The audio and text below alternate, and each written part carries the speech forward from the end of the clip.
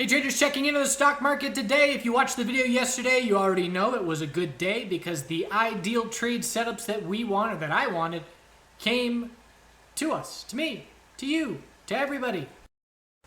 All right, after that well thought out intro, we've got the S&P 500, everything gapping down open with a very weak overnight session. And honestly, what it reminded me of on the daily time frame, if you remember our recent shorts on NIO and NVDA, what they did is they gapped up open, they dropped to first 5-minute oversold conditions. The response to first 5-minute oversold conditions was enough to see a new high of the day, and then we rolled over and broke support. And the S&P 500 did that. We pulled back to hourly oversold.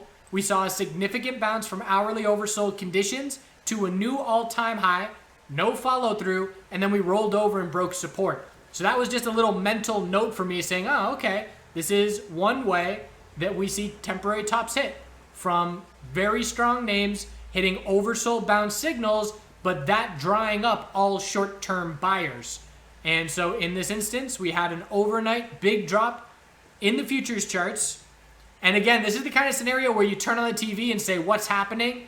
And, you know, they're saying, oh, well, now we're talking about the Delta variant, or it was whatever fears. These fears did not manifest while the entire United States was sleeping. It's price action that has to have some reason. You know, you can't come on a financial news network and say, we're down over 1% at the open this morning just because. That's the way markets work.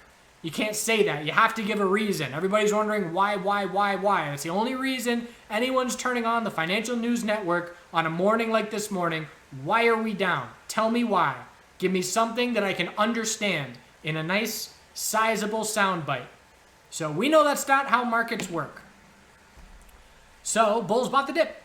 We had significant dip buying. The names I was focused on was PLTR and NIO, but there were bounces everywhere. Even Amazon, which has been a lead bull, had a great bounce as well. The Reddit names, AMC bounced over 30%, 28% from its low of the day. SPCE, so tons of bounces out there. I'll go into a trade review at the end of this video talking about how I traded NIO and PLTR today. Other than that, SPY daily higher low, trying to form. And again, we did break support from the low of Monday.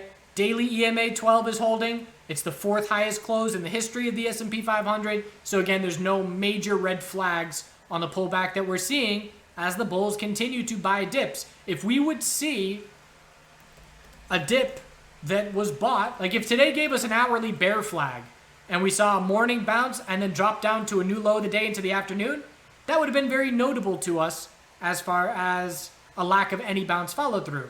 But it was a very significant bounce recovery, and again, leaving us with a solid green candle on SPY. So QQQ, same thing, pulling back, still a daily uptrend. Daily EMA 12 support has been holding at this point for the last, almost 5 weeks. No major red flags for the bulls at this point. Significant bounce off the lows. Yes, we are just looking for an hourly lower high to be the result of this bounce. We topped out into the end of the day, and we didn't really have enough time to see, can the bulls form an hourly higher low? So if we see a lower open tomorrow, we're watching the low of today as support. Can the bulls form an hourly higher low compared to that level to try and set up an hourly trend change? Today was a kind of day where, now I'll talk about that at the end. IWM, gap down open. Bears have been in significant control here. We took out weekly support. So this weekly time frame has been trading really just sideways over the last bunch of months. And we've now lost short-term support to put us at our lowest price in 5 weeks, 6 weeks. And 211.54 and 208.03 are the next support levels. And there is a wall of resistance now right up at this all-time high. The question is monthly consolidation coming? So IWM definitely showing us a lot more weakness than our other measurements of the broader market as a whole. Just seeing if there's a support line here to be keeping an eye on. That certainly has plenty of touches. This is a sideways channel that we've been within. Financial sector, more weakness today. It's all about 35.18 in the short term. If we hold that level, we're just going to be viewing it as a tightening range We'll scout a daily lower high to be the result of any bounce from here. And if 35.18 breaks, again, it's going to be a very notable shift on the weekly time frame that sends us into further monthly consolidation. So it's all about 35.18 in the short term, and the bulls must change the hourly trend back in their favor for a daily higher low to form compared to that level. Healthcare remains very strong. It's a potential daily bull flag coming off the all-time high. We had hourly, didn't quite get to oversold conditions. Look at how we have closed 5 days in a row. At the high of the day every time we close. That shows a lot of strength. With bulls controlling the majority of the day, still in an uptrend and still one of our strongest main sectors over the last week. Biotech, gap down, open for buying. Again, another name that was just a lot more beat up than even SPY and QQQ because we had already been dropping for days. So it's a significant bounce, but we ran out of time before we could see whether or not the bulls are able to change the hourly trend in their favor. And we do know that we're just watching for a daily lower high, anything under 138.60 on this bounce. Bigger picture, weekly consolidation, we are scouting a weekly higher low. So what's one way that it could shape up that a weekly higher low is forming? If the bulls confirm an hourly trend change tomorrow, see some bounce follow through, and then into next week, we change the daily trend. Then our weekly higher low is set. So the bulls are watching closely. Do growth names follow through? Did that flush out all the sellers and all the shorts for the short term in our growth names to allow for weekly higher lows to try and set up? Tomorrow's going to be very important as to helping answer that question. Need hourly trend changes. XLE, gap down open. We know the bears have been in control for the last few days. Same thing, hourly trend change needed for the bulls. Have to prove it tomorrow by getting over the high of today. And if we do, we zoom out and scout a daily lower high, anything under 55.27 resistance. Semiconductors, gap down open. Weekly consolidation clearly underway. Last little weekly support is 244.96. That's now the most important level for me. We did see a new all-time high, but not a whole lot of follow-through. And watching for it to be potentially similar to IWM. The only difference is there's a lot more range that we've been trading within here, whereas IWM was a lot more sideways. Bulls still holding on the weekly, but it's all about 244.96. And what's going to be key for a lot of these names is we've lost, and this is going to be the case for the commodities, but we've lost daily higher lows on a lot of names. And the question is, can the bears then confirm it? So let's just go to the commodities as examples. So oil lost the daily higher lows by the big sizable pullback, taking out this support level for me, 71.97. The question from here is, can the bears confirm follow through with a lower high and lower low? Because that shows us, again, this entire move, supply is outweighing demand for oil. And we just saw a quick little flip of the scales where demand, other way around. Demand has been exceeding supply, and they flipped for supply exceeding demand for 2 days. And now they're trying to go back, and they're right around here, back to the middle ground. And okay, where are we going? Are we going back to the high where supply continues, demand continues to outweigh supply? Or do we see a daily lower high and supply continue to outweigh demand to confirm a daily downtrend? I really botched the clarity of what I was trying to say there, but you get the idea. Can the bears prove it? They proved it on a 2-day move. Can they prove it with follow through? Lower highs and lower lows needed.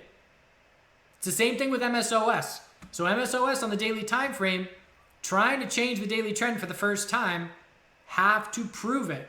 And we proved it for 1 day. That's not enough. So the oil bears proved it for 2 days. That's not enough. If we're trying to watch for a shift of a longer term trend, a lot of follow through is needed. TAN, confirming the daily downtrend with a lower high and lower low. The bulls are hoping for a weekly higher low to now form, anything above 74.88. Bulls have a lot of space to work with, and it's, can the bulls change the hourly trend back in their favor?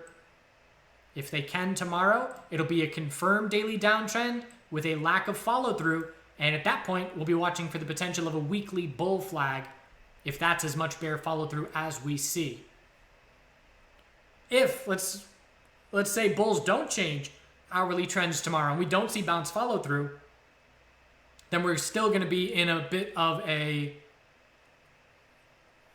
little bit of a temporary top scenario. So if hourly trend changes fail and we head back down towards the low of today, because again, on a day like today, we start the morning and it's a little rush of fear just because we haven't seen weakness like that in over 3 weeks. And people very easily forget what it's like for the market to go down when it just goes up every day for weeks. So a day like today, they wake up and say, uh-oh, a little flash of alert. And then the bulls just buy the dip all day.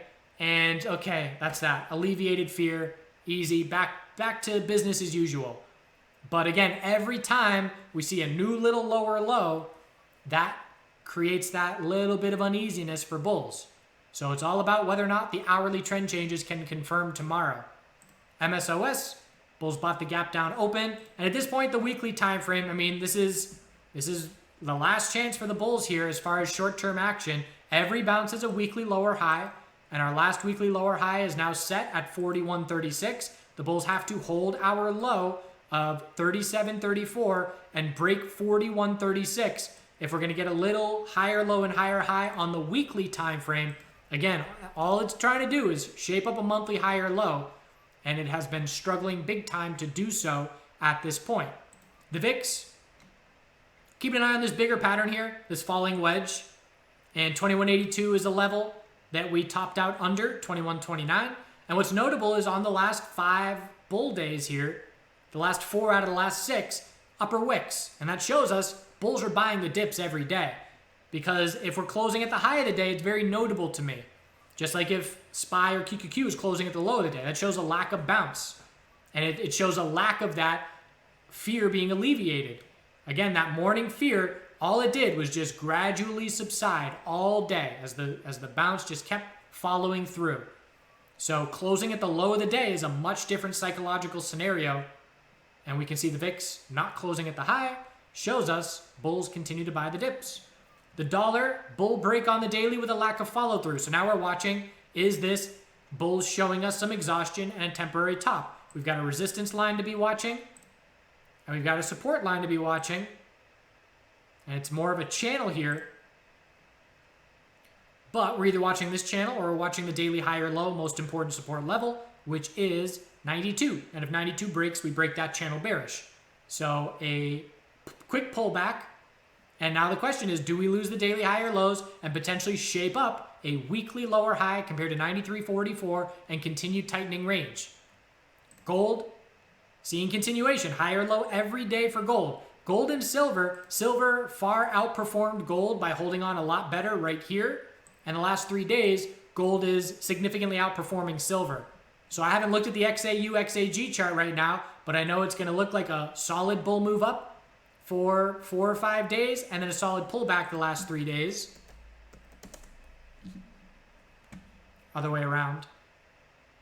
But solid pullback for 4 or 5 days, now a big bull move for 3 days. Doing a lot of things backwards in today's video.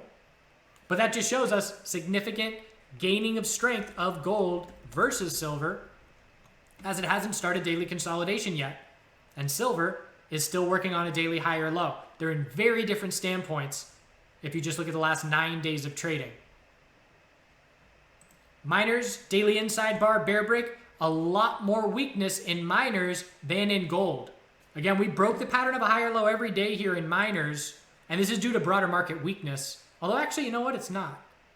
And why I say that, I'll talk about in just a second. 2.7% of follow through, and on the leveraged ETF, that's 7% of follow through on the inside bar bear break when gold did not break the low of the previous day. And why I say it is not the broader market is because that bear break took place at the open. And SPY traded sideways for the first hour and a half, and then it was all bulls on the bounce. So this was specific to miners breaking an inside bar bearish and almost back down to the low. So it's another example where GDX is weaker than gold, notably so. And the last couple times where that has happened have been here, unable to break daily resistance, and here, breaking support before the metals did. So the miners are continuing to show us more weakness than the metals themselves. So oil, 4-hour downtrend still, but the bulls are creating some space for the potential of a trend change to try and take shape. So we're going to look for a 4-hour lower high here shortly. And it's all just about whether or not the bulls can confirm the 4-hour trend change into next week. And natural gas, so again, broke support, maintained the daily EMA 12. If we are going to see bear follow through, the bears must prove it with a failure to break 380 and a confirmed little daily downtrend by breaking 350 support. If the bears cannot prove it, the weekly chart remains strong. It's an indecision candle, which at the top of an uptrend is generally a bearish reversal candle. But again, the burden of proof is on the bears to take out our recent low. Again, just think of it in terms of psychology. Just bulls green every day. I don't have to do anything with natural gas. It's making my account go up every day. Uh-oh, is that the top? Do I need to think about selling? Fear completely alleviated. Bulls are just fine. And if you drop to the lower low from there, again, it just shifts the psychology of market participants. All right, trade review. So I'm going to just go through my actual trades. PLTR was the focus, but I did trade NIO as well.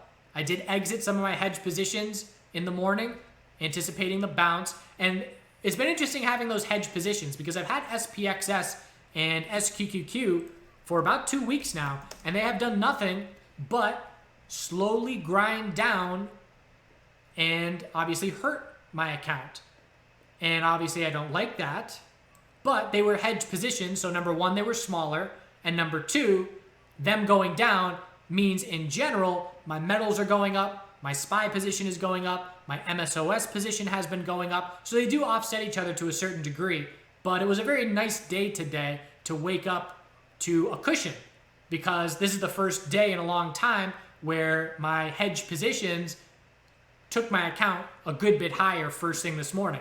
And I had a profit cushion to work with this morning before I entered any bounce trades, and that made me a little bit more confident to go a little bit more aggressive, to have that cushion to work with. So I don't necessarily like, because what it boiled down to is I stopped having a clear game plan because I was in these hedges and I said, all right, I'll exit my SPY hedge, if we see new all-time highs. Well, at that point, we're on 6 days in a row of a higher low every day, and I'm not going to exit when that's the case. But then we went up for another 4 days from there. So I did lack control a little bit, and I gave them a long leash because I was easily offsetting the downside that they were having on my account with my day trading gains. So it was very easy for me to ignore it, knowing that, okay, we're going to pull back on the daily chart, and when that happens, my account will go up even further because I've been offsetting it. So long story short is just reflecting on, okay, how am I going to better manage my hedge positions going forward? So, trades. First thing first, PLTR pre-market 2232, establishing a starter position. And it was a decently sized starter position. And the reason was everything I talked about in the video yesterday. If you didn't watch the video yesterday, it's good review to go back and watch it because it laid out 3 scenarios of how we're going to open. I have no idea how we're going to open today. We're either going to open higher, and I'm not looking for a bull trade because we're just looking for an hourly lower high. We open flat, and I'm watching for a play off the low of yesterday, or we gap down, and I'm looking to buy those gap downs because we're extremely oversold on 4-hour and hourly time frames. So I wake up, gap down open shaping up. I see a double bottom at 22 in pre-market, and I say, okay, that's enough for me to at least establish a starter position, which I did. And I then said, okay, from here, if the bell rings and we flush, I then start getting aggressive. And I would have added, 2180 and then down to 21. And I would have got real aggressive because my bounce style is my aggressiveness matches the bears. So if the bell rings and we flush, I add more and have a more sizable position. If we bounce once the bell rings, I have a sizable position enough that I'll have a multiple day maker if the bounce on the 4-hour time frame does play out. And that's the trade that I'm looking for, a 4-hour oversold bounce. So in my one position, the bell rings. NIO was not trading, and this has happened many times. The first 2 minutes, it's like the order books and the market makers are just bogged down. My market buy sat there on NIO for what felt like forever. It was probably like 60 seconds, and I just canceled it. Said, okay, well, if you're not going to fill my order and the price is bouncing around by 1%, I'm not going to trust you guys to just fill me when you're ready. I want to be filled right away when I press that button. So I canceled it and said, all right, Not interested in NIO. And this goes back to another previous video where I talked about having multiple day trades open at once and how I find that a little bit more difficult. I'm usually just laser focused on one name. But what happened is PLTR, the bell rang, and before I started looking at NIO, I wanted to be comfortable in PLTR. And at that point, it was up at 2260s, and I had about 1.5% of wiggle room before I get back to my break even. So I said, okay, I'm more comfortable in PLTR now, and now I'm focused on NIO, because at that point, NIO was still weak and hadn't really started much of a bounce. So I did make an entry on NIO. I guess we should look at our charts while we're doing this. So the PLTR chart, again, it was just 4-hour oversold. That's all I cared about. And that's why I made my initial starter entry. The 4-hour RSI was down in the teens. And it was a waterfall drop at that point pre-market from the high. In just 7 days, we had dropped well over 20%. Nope, just 20%. But that's a lot. And I know I'm looking for a weekly high or low. Bigger picture. So that was that position, NIO. So I entered, what was it, 43.30. So what's going on first thing in the morning? Tried to get filled first thing, couldn't do it. So probably got filled. That's what it was. So it was low at pre-market. Look at the base, 43.33, 43.30, 43.25. What's the common theme? A bear break with a lack of follow through. So as soon as we break 43.25, which the low of the day here at that point was 43.07. And you got to really look at the 1 minute time frame, because we hit the low of the day, we bounced back up, and then we broke the low of the day by 4 pennies. So we break the low of the day, we break the low of pre-market, no follow through, and start a bounce. I enter on this candle on the way back up. 43.30 is my fill. You know my style. I'm not comfortable and confident, so I exit half of my position. Nope, not yet. We got two simultaneous trades because these were going on at the same time. I exited half a PLTR into strength. So at that point in time, PLTR started its bounce, and again, I was comfortable because I had a couple percentage points of space above my break even to work with, and the bulls pretty much controlled right out of the gate. So that made me comfortable and confident. So I exited half, what was it, 22.74, which was on this candle. Why? Because we had just bounced 3% in a few minutes, and I'm trading counter trend. Let's not forget that. I am trading counter the hourly trend on all of these names. An hourly lower high is the most likely scenario on both NIO and PLTR. So if I'm trading counter trend and you give me 3% in minutes, I am going to take some off every single time. As soon as I sell half at 22.74, my break even is now in the 21.90s. And again, I can't be more comfortable than being in a trade where I can't lose now. So I eliminate the possibility of losing by selling half at 22.74, break even 21.90s. Then I focus on NIO again, 43.87. I sell half. So I sell half over 1% higher. It was about 57 cents. So again, it's the exact same psychology as to why I did that. I did it anticipating in case we fail to break the high of the day, 44.12, I'm exiting half. Because the last thing I want to do is be in my position, and then we drop down to a new low of the day, and then get follow through. Then I'm no longer in control of the trade, and I'm trying to add other positions and, you know, see my average drop and trying to flip, and it's a lot more active work. So I sold half for the possibility that we were going to reject from the high of the day, and as soon as I do so, my break even is now 42.83 or something. Again, back in complete control. So that was one of the questions someone asked me. Why did I not sell my position when we hit a new low of the day here? Because at that point in time, my break even, I was down 10 cents, which is nothing. Down 10 cents on a quarter of a position of what my maximum position size is willing to be. Because my initial entry at 43.30, I would enter a second order, but the bounce started. Exited half down to a quarter position. So I would re-enter, you know, if we kept dropping down to the low 42s, I would re-enter my half position again. And that's what I did on PLTR. So at this point in time, I've exited half of PLTR and half of NIO, and my stop loss, my break even, I shouldn't say my stop loss, my break even on both trades is below the low of the day at that point. I then sold some of my hedge position on SPXS because I'm anticipating the market's going to bounce on the morning. And then, so here's me trying to add back NIO. I want half of my NIO back. I don't care if I have to rebuy it higher. And actually, it would have been lower, but I don't care if I have to buy it back higher because, again, I'm getting more information at that point. But this is me attempting to add back half and saying, nah, I don't like it, and exiting for less than a 6-cent loss, essentially a break-even trade. And then I re-entered the half again, pretty much where my first entry was, and 1% lower than where my bad re-entry would have been. So a lot of little quick micromanaging there, where nope, not yet, okay, back in half. And at that point, my average is back into the low 43s. And at that point, why did I enter again? It was probably the new low of the day with the lack of follow through and then the bounce getting started again. All right, so I'm back to a full NIO position. And now I'm back to a full PLTR position, 22.43. And I really liked this one because I sold on the top candle and then we just pulled back and it was a 2-minute waterfall drop. And I'm looking for a higher low compared to the low of the day, 22.25.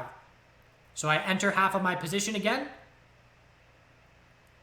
2% lower than where I sold. Back to my initial position size. And my stop at that point, I would have stopped out if 22.25 would have broken.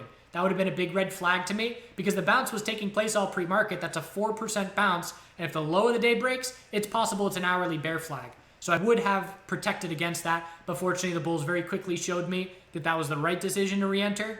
And then up at 23, I looked at all this price action from yesterday. So look at all this resistance yesterday in the low 23s into the end of the day. I said, all right, re-entered half 22.43, back out that half right around 23. And again, completely in the driver's seat. At this point, I've got about a 4 or 5 day maker playing counter the hourly trend, and all of it happening within an hour of trading. So my day's made. And at this point, I know I'm not sitting on the computer all day. I'm going to be done trading in 90 minutes at the most. And so I'm just exiting my positions. So exited half at 23, and I do still have half of PLTR. Because what I did at that point is just set a stop. 5-minute higher lows kept forming, and we kept holding EMA 12. So I set my stop under 22.73, and we never hit it. And so I came back in the afternoon and said, all right, well, we're closing fairly strong. Big profit cushion. I guess I'll give the bulls a chance tomorrow. And by swinging half of my PLTR, I'm evening the balance back out because I don't have as many bullish swing positions in my account at this point. And so if we do see a higher open, my hedge positions will open red tomorrow, but PLTR will likely open green. And vice versa, if PLTR and markets open lower, my hedge positions will open higher, and they'll offset each other to a certain degree. There won't be a major drastic change when the bell rings tomorrow. So still have half PLTR. I'm giving the bulls a chance to change the hourly trend because, again, it was a waterfall drop, and it wouldn't surprise me to see a daily bounce get going to scout a daily lower high. So I gave that half a chance, and then I just scaled out NIO definitely too early. But, again, I wasn't going to stick around all day, so I was exiting. I exited multiple positions, but I was out by, probably the upper 44s is when I was out, maybe low 45s. But either way, we did get up to the lower 46s. But I did make one more trade, and it was a bearish trade on NIO. Why? Because we just V-shaped bounced from the low of the day. At this point, when I'm scouting this short, we have now bounced 7% in 45 minutes, and we are just looking for an hourly lower high. So I'm scouting a short. So what do I do to scout a short? I need a level to play off of to keep my risk low. I'm trading against momentum. I'm trading against the short-term trend that the bulls have going. So I was watching the 1-minute time frame on NIO, and I said, I'm watching for a head and shoulders here. Watching for a 1-minute head and shoulders. Left shoulder, head, and this was a scenario where I would have top fished the high of the day at that point, but bulls didn't give me a chance. This 1-minute candle, straight resistance break, so I didn't even have a chance to top fish. So I said, okay, new high of the day, not ready just yet. So then I zoomed out to get a bit more clarity because the 1-minute time frame lost clarity for me at that point. And we then had another 2-minute head and shoulders set up. And I was just viewing it as this being the neckline, this being the head, the new high of the day, this being a 2-minute high or low. As soon as I see this much pullback on the 2-minute time frame to the high or low, it ended up being a pullback of over 1.5% from the high of the day. I say, okay, I am now scouting a 2-minute lower high, and I am going to top fish 45.70 resistance. So I wait, and I patiently wait, and I'm watching QQQ at this point, and I'm watching how they're trading relative to each other, and I made my first entry at 45.39. I would have made a second bearish entry at 45.60, and I would have put my stop at 45.81, giving some decent wiggle room, because NIO loves breaking support straight into bounces and breaking resistance straight into pullbacks. It's been doing it for all of 2021. So I did have a nicely timed short, and as soon as we broke 44.95, I know the trade's a winner because we confirm a 2-minute downtrend. And then at that point, I'm out half of my position, because at that point, again, I know I'm just looking for a 15-minute high or low on NIO. EMA 12 support's approaching. So I exit half at 44.90, and then I exit the other half in the 44.60s, because at that point in time, I'm done and I'm getting off the computer. And it's been a really, really good day. And that top fish short worked well. The bounces worked well. And I'm not going to get greedy and overtrade and give my profit back. It was as good of a morning as I could have hoped for. Great. I know I'm just looking for an NIO 15-minute high or low. Exit the second half of my trade short. And that was it. I was done for the day. So that's an example of the trade coming to me, my ideal scenario. And I talked a bit recently how in mid-June, my account was sideways, choppy, spinning my wheels a bit. I ended May and started June real strong. Great start to June. And then 2 weeks of still hitting some small higher highs, but my account started to look like a rising wedge, just because I would get a new all-time high, but very little follow through. I'd have a day maker, a day loser, just chopping around. But the point is, that's fine, because I can wait for the trade to come to me. And then I have a day like today where I get my ideal trade setup that fits my edge as a trader, which I have years of proving that oversold bounces are what I'm good at, or what I'm best at, and that can make up for a week of nothing. So I had just under a week maker today, and 4 days of sideways, and by not over trading and not forcing anything, my account wasn't dropping, it was just going sideways, patiently waiting for the next setup. So it's okay to skip a couple days, and that's a mindset where a full-time trader, if you're relying on this income to live, that can be psychologically hard to just sit sideways. And you're thinking, well, I'm supposed to be making X dollars a day so I can pay my bills and do this and this. And it's a lot harder to remain patient when that is the case, which is why multiple income streams is definitely very useful psychologically for a trader to alleviate that pressure. But I'm done talking. Do good things. Have a good rest of your day. See you next week. Scarlet runner beans. I had to build this second tier of climbing wire for both the cucumbers and the beans.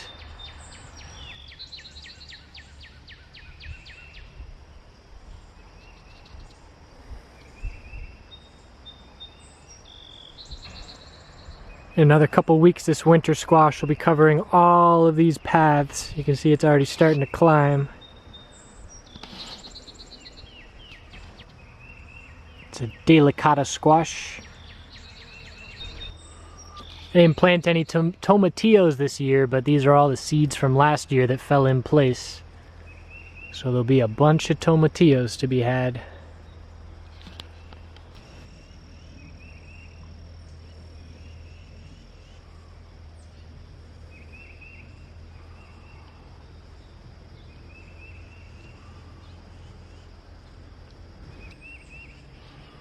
First snapdragon.